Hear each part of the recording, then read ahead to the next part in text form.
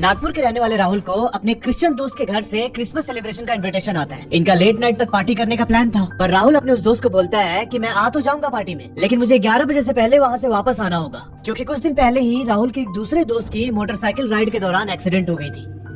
उनका वो दोस्त हॉस्पिटल में एडमिट था और पार्टी खत्म करके राहुल सीधा हॉस्पिटल अपने दोस्त को देखने जाने वाला था। अब फाइनली क्रिसमस ईव को राहुल अपने उस क्रिश्चियन दोस्त के घर पर पार्टी करने पहुंचता है। और भाई आगे जो हुआ ना, उसे पढ़ के मेरे शरीर में एकदम तेज सिरन दौड़ गई। और उसका एक बहुत बड़ा कारण ये भी है कि अभी नवंबर 2025 को मेरे कजन सिस्टर की शादी थी नागपुर में। मैं वो शादी अटेंड करने गया था और आज मैं उसी नागपुर शहर की कहानी आपसे शेयर कर रहा हूँ। ये कहानी बाकी स्टोरी से थोड़ी अलग है और अब आगे आप जो भी सुनेंगे उसमें एक बार बस खुद को इमेजिन करके देखना, बस एक बार, और कमेंट में बताना जरूर कि आपने क्या फील किया। केतन बताते हैं कि भैया हम ब्राह्मण फैमिली से बिलोंग करते हैं और मेरी नागपुर में ज्वाइंट फैमिली है। अभी इसी ज्वाइंट फैमिली में मेरे बड़े पापा के लड़के हैं जिनका नाम राहुल है और उनकी उम्र कोई 35 का अराउंड होगी। अब जैसे मैंने बताया था कि दिसंबर 2024 में इनको क्रिसमस ईव के लिए इनविटेशन आता है, तो राहुल अपने उस क्रिश्चियन दोस्त के घर पर पहुंचते हैं। इन्होंने पहले ही तय कर रखा था कि मैं 11 बजे से पहले तुम्हारे घर से वापस निकल जाऊंगा, क्योंकि मुझे हॉस्पिटल में जाना अपने दूसरे दोस्त को देखने के लिए। और जब राहुल अपने उस दोस्त के घर पहुंचते हैं तो इन्होंने देखा कि भाई वहाँ पर उनके और भी फ्रेंड्स आए हुए हैं, तो इनकी थोड़ी बातचीत शुरू होती है। ये लोग अपना स्कूल लाइफ ये सब डिस्कस करने लगते हैं। बाद में पार्टी शुरू होती है और फाइनली राहुल को पता ही नहीं चला कि टाइम कहाँ निकल गया। उस टाइम पर राहुल केक और मिठाइयाँ खा रहा था और इसी बीच उस पार्टी में आए हुए एक और दोस्त ने राहुल से, जो इनका दूसरा दोस्त हॉस्पिटल में एडमिट था, उनका नाम था सानू के बारे में पूछा कि यार वो कैसा है। अब इसका दिमाग खनका भाई, अरे मेरे को तो सानू को भी देखने जाना है। इसने घड़ी में टाइम देखा तो रात के 12:30 बज चुके थे। ये अपने बाकी दोस्तों को बोलता है कि भाई मुझे हॉस्पिटल जाना पड़ेगा अभी, मैं तो सानू को देखने जाने वाला था 11 बजे के आसपास, पर अभी इतना लेट हो गया तो मैं निकलता हूँ यहाँ से। अब राहुल वहाँ से अपना गाड़ी लेके सीधा नागपुर के हॉस्पिटल में पहुँचते हैं जहाँ इनका दोस्त सानू एडमिट था। गाड़ी राहुल ने पार्किंग में लगाई और वहाँ से लिफ्ट लेके सीधा 7th फ्लोर पर पहुंचे। 7th फ्लोर के एक वार्ड में इनका दोस्त एडमिट था, तो ये जाके पहले अपने दोस्त से मिलते हैं। वहाँ पर 15-20 मिनट बैठे और ये उसके लिए कुछ मिठाई लेके आए हुए थे, वो अपने दोस्त को दिया और फिर इन्होंने बोला कि भाई अब रात ज्यादा हो गई है, मैं वापस घर जा रहा हूँ। ये बोल के राहुल वापस उस 7th फ्लोर वाले लिफ्ट की तरफ जाने लगे। उसी लिफ्ट से होके इनको नीचे पार्किंग में जाना था। अभी राहुल सीधा लिफ्ट के अंदर जाते हैं और उन्होंने पार्किंग का बटन दबा दिया। इस टाइम पर राहुल उस लिफ्ट में एकदम अकेले हैं। कुछ टाइम के बाद लिफ्ट रुकती है और उसका दरवाजा खुलता है। राहुल यहाँ लिफ्ट से बाहर निकल गए पार्किंग के लिए। अब राहुल उस लिफ्ट से निकल के 4 कदम आगे बढ़ते हैं और इन्होंने पाया कि भाई वो जो फ्लोर है वहां एकदम घनघोर अंधेरा हो रखा है। इनको तुरंत रियलाइज हुआ कि यार ये तो पार्किंग है ही नहीं, मैं गलत फ्लोर पर निकल गया, क्योंकि राहुल को तो ये उम्मीद थी ना कि इन्होंने पार्किंग का बटन दबाया है, लिफ्ट सीधा जाके पार्किंग पर रुकेगी। तो इनको लगा कि मे बी किसी ने इस फ्लोर पर बटन दबा दिया होगा तो लिफ्ट यहाँ रुकी है। अब ये दोबारा मुड़ते हैं लिफ्ट की ओर जाने के लिए। इन्होंने सोचा कि मैं लिफ्ट में जाके दोबारा पार्किंग का बटन दबाता हूँ। और भाई अभी ये लिफ्ट की तरफ जा ही रहे थे ना कि लिफ्ट का दरवाजा अपने आप बंद होता है और लिफ्ट वहां से सीधा ऊपर चली जाती है। राहुल अभी हॉस्पिटल के 3rd फ्लोर पर खड़े हैं जहां और कोई नहीं था सिवाय घने अंधेरे के। राहुल यहाँ चुपचाप लिफ्ट के पास जाके खड़े हो जाते हैं और उन्होंने उसका बटन दबाया कि ठीक है कुछ देर वेट करता हूँ, लिफ्ट आ जाएगी दोबारा। पर भाई साहब ऐसा होता नहीं है, वो लिफ्ट नीचे आई ही नहीं। अब राहुल को कुछ समझ नहीं आ रहा था कि क्या करे और इतना ज्यादा अंधेरा था कि इन्हें कुछ भी आइडिया नहीं लग रहा था कि सीढ़ी किधर है, रूम्स किधर है, फ्लोर के अंदर क्या है, कुछ दिखाई नहीं दे रहा था। राहुल के पास वेट करने के अलावा और कोई उपाय ही नहीं था भाई। और इसी बीच राहुल फील करते हैं कि कोई ना इनके पीछे से भाग के गया। अभी ये आवाज सुनकर जब राहुल पीछे मुड़े तो कोई भी नहीं था, पर वो भागने की आवाज लगातार राहुल को सुनाई दे रही थी। दिक्कत ये थी कि उस फ्लोर पे कोई भी लाइट सोर्स नहीं था। जो लिफ्ट के अंदर की लाइट थी उसी से थोड़ा बहुत बाहर दिख रहा था, पर अब तो लिफ्ट भी नहीं है यहाँ पे। अब इस समय लगातार राहुल लिफ्ट का बटन प्रेस कर रहे हैं कि भाई जल्दी से आजा, मैं नीचे जाऊं। और इसी बीच जो वो भागने की आवाज थी वो राहुल के और करीब आने लगी। राहुल को ऐसा फील हो रहा था कि कोई उनकी तरफ भाग के आ रहा है और अब उसके साथ किसी के रोने की भी आवाज सुनाई दे रही थी पीछे। अब राहुल यहाँ देखने की कोशिश करते हैं कि भाई कौन रो रहा है और इसी बीच अचानक लिफ्ट आ जाती है इनके फ्लोर पे। पर जब तक राहुल पीछे मुड़ के उस लिफ्ट की तरफ जाते हैं उसका गेट एक बार खुला खुद से और फिर से बंद हो गया। बंद होते ही लिफ्ट दोबारा ऊपर चली गई। अभी समय राहुल अपने फोन का फ्लैशलाइट ऑन करते हैं और इन्होंने डिसाइड किया कि जहां से रोने की आवाज आ रही है ना, मैं उस आवाज को फॉलो करते हुए जाऊंगा, देखता हूँ कौन है। ये धीरे धीरे अपना कदम उस आवाज की तरफ बढ़ाने लगते हैं और कुछ ही सेकंड के बाद इनकी नजर एक कोने वाले रूम पर पड़ती है। भाई ये देखते हैं कि उस रूम को एक औरत पीट रही है अंदर से, और उसी के रोने की आवाज राहुल को सुनाई दे रही थी। जब राहुल 2 कदम और आगे बढ़ाते हैं तो वो औरत एकदम चुप हो गई, और कुछ सेकंड के पॉज के बाद वो बोलती है कि मुझे बचा लो, मुझे यहाँ से बाहर निकाल दो। भाई साहब ये लाइन सुनकर राहुल का खून सूख गया एकदम। वो दौड़ के वापस लिफ्ट की तरफ आता है। लिफ्ट अभी भी ऊपर ही थी। राहुल एकदम पैनिक में बटन दबाया जा रहा था, और इसी बीच ना राहुल को अभी जो उसने रूम देखा था उस रूम के गेट खोलने की आवाज सुनाई देती है। और उसके बाद से ही राहुल को फील हुआ कि कोई उनकी तरफ दौड़ के आ रहा है। राहुल यहाँ अपने फोन का फ्लैशलाइट उस तरफ घुमाते हैं, और भाई राहुल को खुद से 4-5 मीटर की दूरी पे एक काला साया दिखाई देता है। वो किसी लड़के का साया था, और ऐसा लग रहा था कि वो राहुल को बुला रही है मदद के लिए।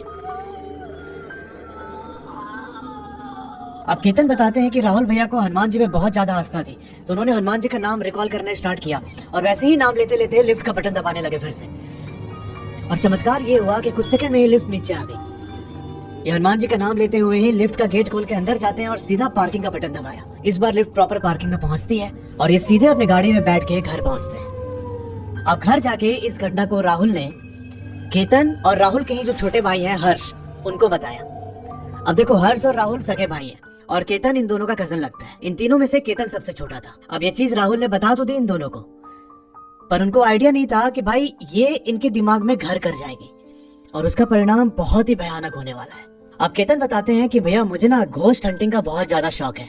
मैं बहुत इंटरेस्ट लेके भूतों की कहानियां देखता और पढ़ता हूँ। पर जब राहुल भैया ने हमसे उस घटना के बारे में जिक्र किया तो मैंने कुछ भी रिएक्ट नहीं किया उसको लेके। अब संयोग ऐसा बना कि एक दिन हर्ष और केतन इन दोनों को किसी काम से उसी हॉस्पिटल के पास जाना पड़ा। जब ये लोग हॉस्पिटल के करीब पहुंचे तब हर्ष ने केतन से बोला कि भाई ये वही हॉस्पिटल है जहाँ उस रात राहुल भैया के साथ वो घटना घटी थी। तो यहाँ केतन थोड़ी देर उस हॉस्पिटल की तरफ देखने के बाद हर्ष को बोलता है कि भाई हम एक बार चल के देखना चाहिए क्या है वहाँ पे। और ये बोल के केतन उस हॉस्पिटल की तरफ एक टक देखने लगा।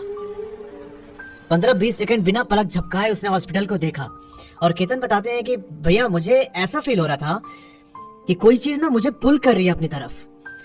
उस हॉस्पिटल में कुछ तो था जो मुझे खींचे जा रहा था कि मैं बस अंदर चला जाऊं। अब इसने यहाँ पर हर्ष को भी मना लिया कि भाई चलना देख के आते हैं। हर्ष ने बोला कि ठीक है, दिन का टाइम है, क्या ही होगा। ये दोनों अपनी गाड़ी लेके हॉस्पिटल के पार्किंग में पहुंचते हैं, और पार्किंग पहुंच के इन लोगों ने डिसाइड किया कि यार हम ना लिफ्ट से ऊपर नहीं जाएंगे। उधर कोने में उनको सीढ़ी दिखाई दी तो ये दोनों सीढ़ी की ओर बढ़ने लगे। अब जब ये लोग सीढ़ी के करीब पहुंचे तो इन्होंने देखा कि भाई वो पूरा स्टेयरकेस एकदम घनघोर अंधकार में डूबा हुआ है।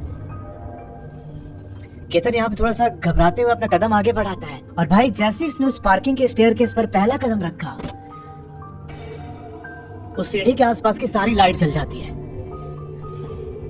अब ये होते केतन एकदम घबरा गया, पर फिर इनको पता चला कि जो ये स्टेयरकेस है यहाँ पर सेंसर लगे हुए, और जब भी कोई इधर से क्रॉस करता है तो ये सेंसर उसके मूवमेंट कैच करके लाइट्स ऑन कर देता है। अब ये लोग सीढ़ियों से ही होते हुए पहले फर्स्ट फ्लोर पे खड़े होकर इन्होंने थोड़ा सा देखा आसपास, और फिर वहां से ऊपर सेकंड फ्लोर पे चले गए।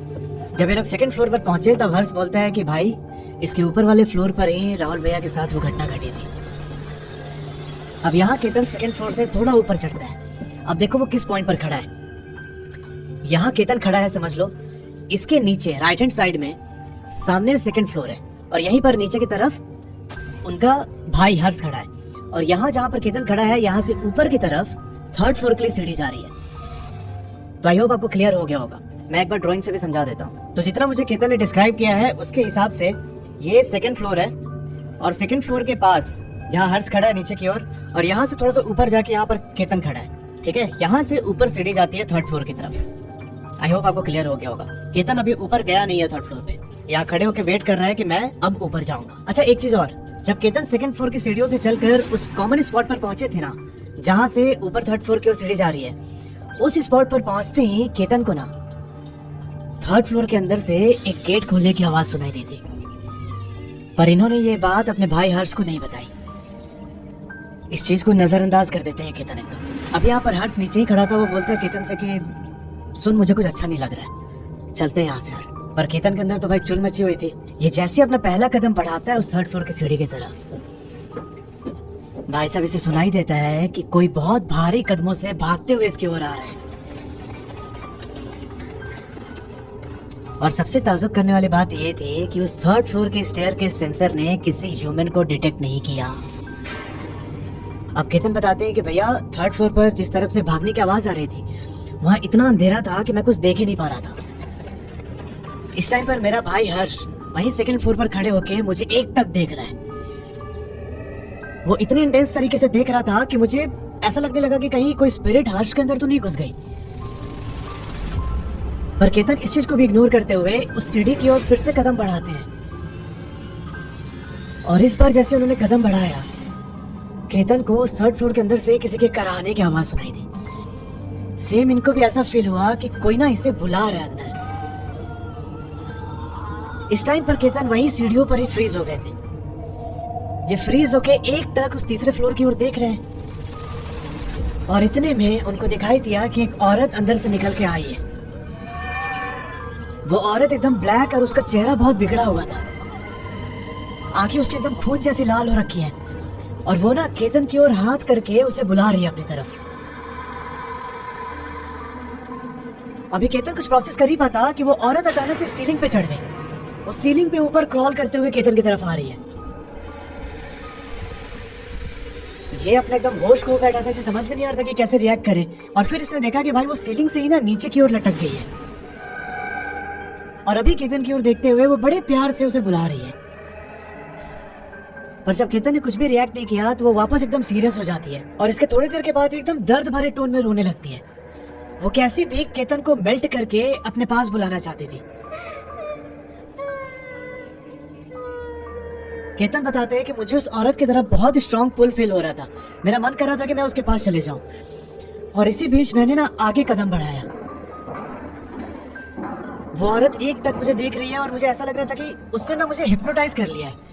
मैं उसकी ओर बढ़ रहा था और तभी ना मुझे किसी ने जोर से चाटा मारा एकदम।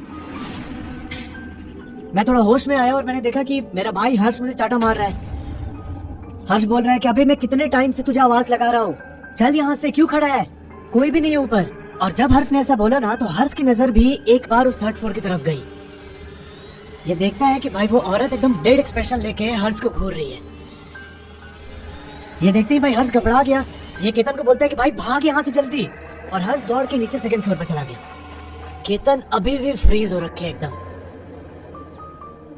ये चाहते थे वहां से निकलना पर ऐसा लग रहा था कि किसी ने इनको जकड़ के रखा हुआ है। वो औरत एकदम गुस्से में केतन की ओर देखते हुए इसकी तरफ बढ़ने लगी। केतन या हर्ष की तरफ देखते हैं और ये बोलना चाह रहे थे कि भाई मैं ना हिल नहीं पा रहा हूँ यहाँ से। तभी वहां पर खड़े होकर हर्ष जोर से हनुमान जी का नाम लेने लगता है। जय बजरंग बली, जय बजरंग बली। वो केतन को बोलता है बार बार कि भाई नाम ले हनुमान जी का, बजरंग बली का नाम ले। और तब केतन अपने प्रॉपर होश में आता है और इसने हनुमान जी का नाम लेना स्टार्ट किया और बाद में हनुमान चालीसा पढ़ते हुए ये दौड़ के नीचे वापस आता है। केतन को जब रियलाइज हुआ कि भाई मैं अभी किस चक्कर में पड़ने वाला था तो ये ना 4 सीढ़ी कूद कर नीचे पहुंचता है सीधा। ये लोग सीढ़ियों से होते हुए नीचे भाग के पार्किंग में जाते हैं। वहाँ पार्किंग में 2 गार्ड थे।